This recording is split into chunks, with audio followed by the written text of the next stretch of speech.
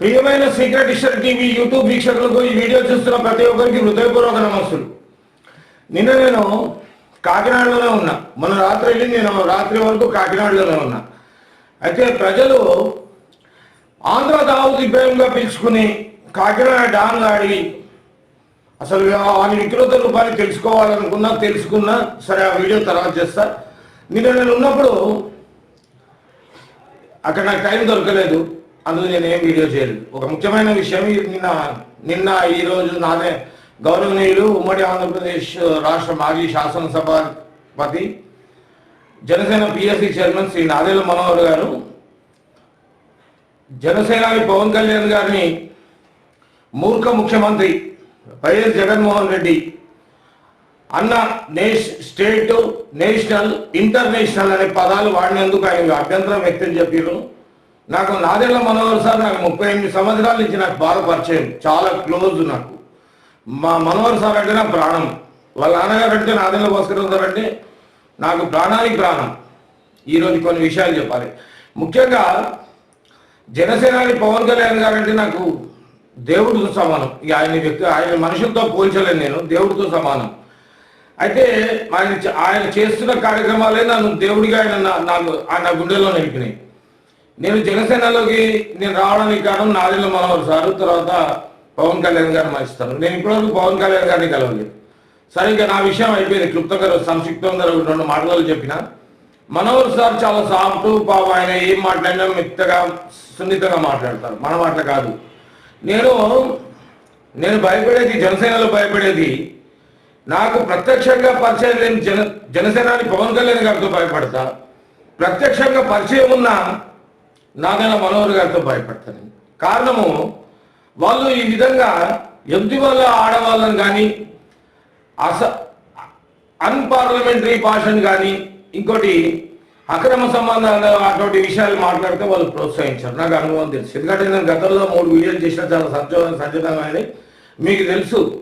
అటువంటిప్పుడు వాళ్ళు నన్ను ప్రోత్సహించలేదు, కనీసం నాతో మాట్లాడలేదు. కారణం ఏంది? జగన్మోహన్ రెడ్డి కుటుంబ సభ్యులైనా, పవన్ కళ్యాణ్ గారి కుటుంబ సభ్యులైనా, నాదెళ్ల మనోహర్ గారి కుటుంబ సభ్యులైనా ఒకటే అని మంచితనం వాళ్ళది. ఈ ముఖ్యమంత్రి చెడుకున్నది ఏంది?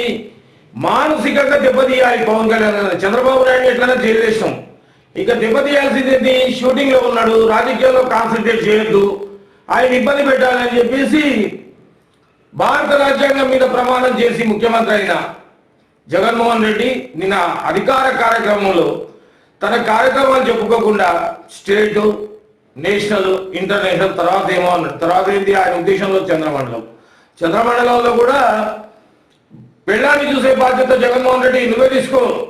పవన్ కళ్యాణ్ గారు 2 విడాకులు ఇచ్చిర్రు, అది చట్టరీత్యా ఇచ్చిర్రు.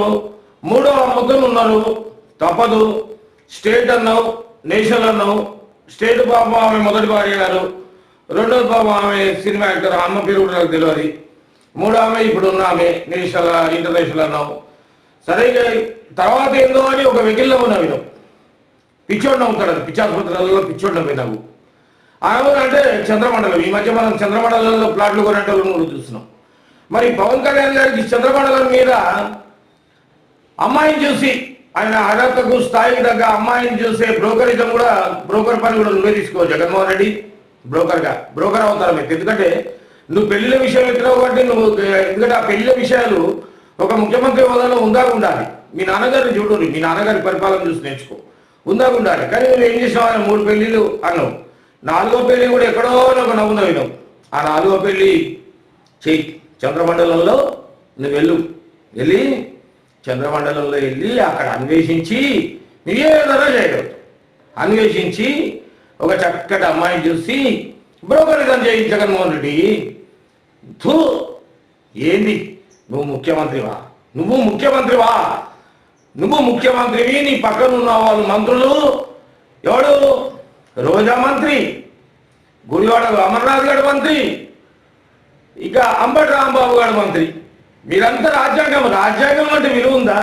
దేవుడు అంటే దైవ సాక్షిగా ప్రమాణం చేస్తున్నాం, రాజ్యాంగ సాక్షిగా ప్రమాణం చేస్తున్నాం. రాజ్యాంగ సాక్షిగా ప్రమాణం చేసిన వాళ్ళు పరిపాలన చేయాలి.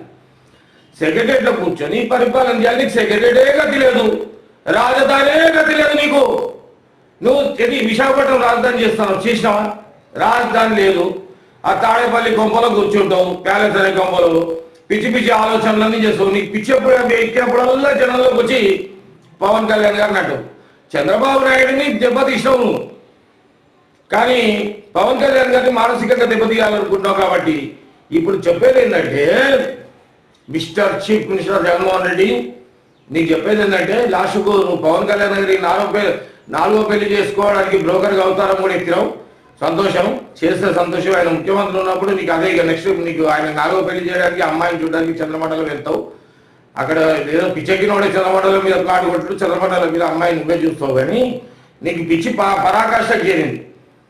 నువ్వు కాకినాడ జిల్లాలో నువ్వు అసలు విశాఖపట్నం జిల్లాలో మాట్లాడాల్సింది చూడండి. నేను మెంటల్ హాస్పిటల్ దగ్గర ఉంది, ఆ పారిపోయి ఇచ్చిండు రా అనుకుంటుంది. నేను ఎవడ చీఫ్ మినిస్టర్ అనుకుంటలేడు. కాబట్టి సరే, అదంతా అయిపోయింది. నేను ఇంతకుముందు చెప్పిన, నేను ఇద్దరికే భయపడతాను. నాకు పరిచయం నేను పవన్ కళ్యాణ్ గారికి పరిచయం ఉన్న నాదెళ్ల మనోహర్ గారికి. వాళ్ళే ఆవేదన నాదెళ్ల మనోహర్ గారు ఆవేదన చెందుకుంటూ ఎదుర్కోవాలి అని సున్నితంగా చెప్పిండు.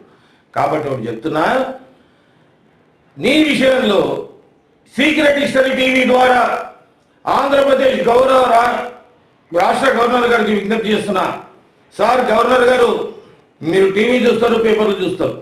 నిన్న ముఖ్యమంత్రి అన్న వాక్యాల్ని తీవ్రంగా పరిగణించి ఆయన భారత రాజ్యాంగం మీద ప్రమాణం చేసి అధికార కార్యక్రమంలో పవన్ కళ్యాణ్ గారి 3 పెళ్లిళ్ల గురించి స్టేటు, నేషనల్, ఇంటర్నేషనల్ వేలాకులంగా మాట్లాడి తీవ్రంగా పరిగణించి సుమోటోగా తీసుకొని దయచేసి ఒక నివేదికను తయారు చేసి భారత రాష్ట్రపతి గారికి పంపండి. ఇంకోటి, ఆంధ్రప్రదేశ్లో పరిపాలన లేదు. అదేవిధంగా ఈ 3 నెలలు రోజు దినదిన గంటమవుతుంది ఆంధ్రప్రదేశ్ ప్రజలకు. కాబట్టి గవర్నర్ గారు మీకు చేతులెత్తి జోడిస్తున్నా, ఆంధ్రప్రదేశ్లో రాష్ట్రపతి పాలన కూడా సిఫారసు చేయండి. అంతేగాని ఇతని మంత్రులను వదిలిపెడితే పిచ్చోళ్ళని రోడ్డు మీదకి వదిలిపెట్టినట్టయితే అత్యాచారాలు. ఆంధ్రప్రదేశ్ అంటే ఒకప్పుడు అన్నపూర్ణ, నేడు అరాచకాలకు, రేపులకు, హత్యలకు, దోపిడీలకు నిలయంగా మారిపోయింది. లాస్ట్ కొండల్ని కూడా గుండెలు కొట్టి చేస్తున్నారు. ఎంత సంపద దోచుకుంటున్నారు. కాబట్టి జగన్మోహన్ రెడ్డి ఒక మాట అడుగుతా నేను, దీనికి జవాబు చెప్పు. సరే, పవన్ కళ్యాణ్ గారికి పెళ్లిళ్ళు చేసే బ్రోకర్ పనులు నీకే అప్పచెప్తారు ఆయన. సరే, ఆయన ఏదో ఆరోగ్యం బాగలేక వెన్ను పూస్తూ నొప్పితోని రెస్ట్ తీసుకుని ఆయన వచ్చిన తర్వాత సరైన జవాబు చెప్తాడు. ఒక మాట చెప్పు, నువ్వు ముఖ్యమంత్రివా, వీధి రౌడీవా? ముఖ్యమంత్రి అయితే అధికార కార్యక్రమాలలో ఎట్లా మాట్లాడాలి?